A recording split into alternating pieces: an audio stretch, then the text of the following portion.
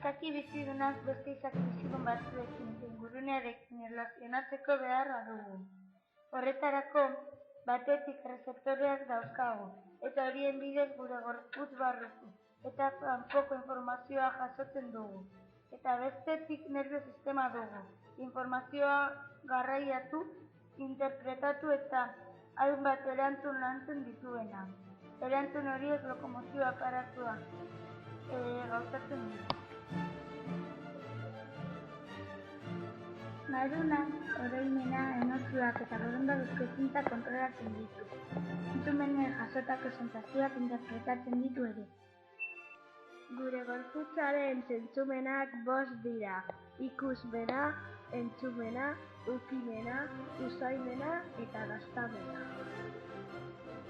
Koloreak, formak eta gauzak ikusteko ikusmena erabiltzen dugu, organo zentrala begia da.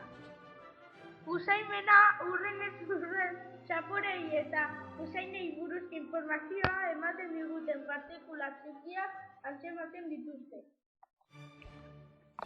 Hainbat sentsazio jasotzen ditugu ukimenari esker. Ukimenaren organo zentrala azala da. Nerbio sistema zentrala eta nerbio sistema periferikoa osatzen dute nerbio sistema. Entzefaloa, garuna, zerebeloa eta bizkarrezur errabilez osatuta dago. Garuna entzefaloaren zatirik handiena hartzen da.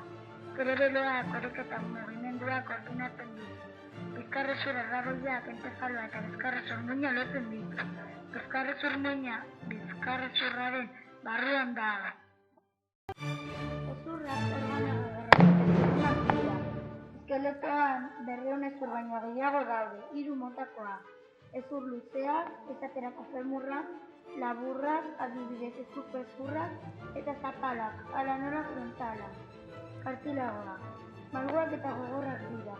Organoak osatzen dituzte, adibidez belarriak edo zurrurak, eta artikulazioak osatzen dituzte.